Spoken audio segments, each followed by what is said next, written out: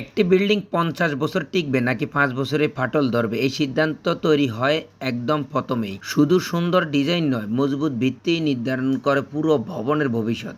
আজ জানবো একটি বিল্ডিং সত্যিকার অর্থে শক্তিশালী করতে শুরু থেকে কোন কোন বিষয় অবশ্যই নিশ্চিত করতে হবে। অনেকেই মনে করেন বেশি রড আর বেশি সিমেন্ট ব্যবহার করলেই বিল্ডিং শক্ত হবে, কিন্তু বাস্তবতা হলো সঠিক পরিকল্পনা আর সঠিক নিয়ম মেনে কাজ করাই একটি ভবনের আসল শক্তি। প্রথম ধাপ হলো মাটি পরীক্ষা বা সয়েল টেস্ট। মাটির ধারণ ক্ষমতা না জেনে ফাউন্ডেশন করলে ভবিষ্যৎ বসে যাওয়া বা ফাটল ধরার ঝুঁকি থাকে। দ্বিতীয় ধাপ হলো সঠিক ডিজাইন। অভিজ্ঞ স্ট্রাকচারাল ইঞ্জিনিয়ার ডিজাইন অনুযায়ী ফাউন্ডেশন, কলম, বিম ও স্ল্যাব নির্মাণ করতে হবে। নিজের ইচ্ছে মতো রড কমানো বা বাড়ানো কখনোই উচিত নয়। তৃতীয় বিষয় হলো ভালো মানের নির্মাণ সামগ্রী।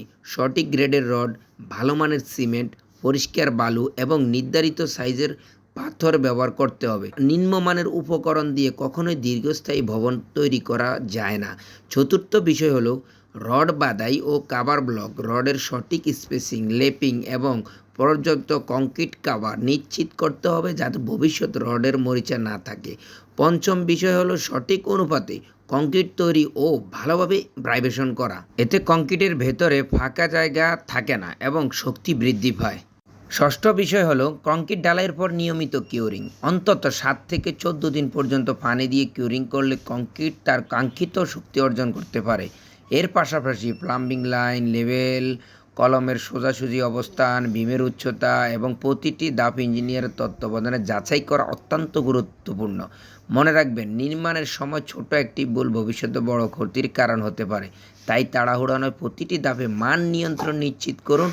এইভাবে আপনি কাজটা এগিয়ে নিন এবং কাজটার মান উন্নয়ন করুন। মান ঠিক থাকবে তো আপনার কাজের উন্নত পরিধি আপনি বাড়তে থাকবে। আর কাজের মান যত ঠিক রাখবেন, অবশ্যই আপনার বিল্ডিংয়ের ভিত্তি স্থাপন এবং কাজের বিল্ডিংটা টেকসই এবং মজবুত হবে। আমরা যে এখানে কলমটা সলভ করতেছি, এটা সলভ করার পরে আরেক ধাপে ইঞ্জিনিয়ার দিয়ে আমরা চেক করে বুঝে নিব কলমের সল ঠিক আছে কি না।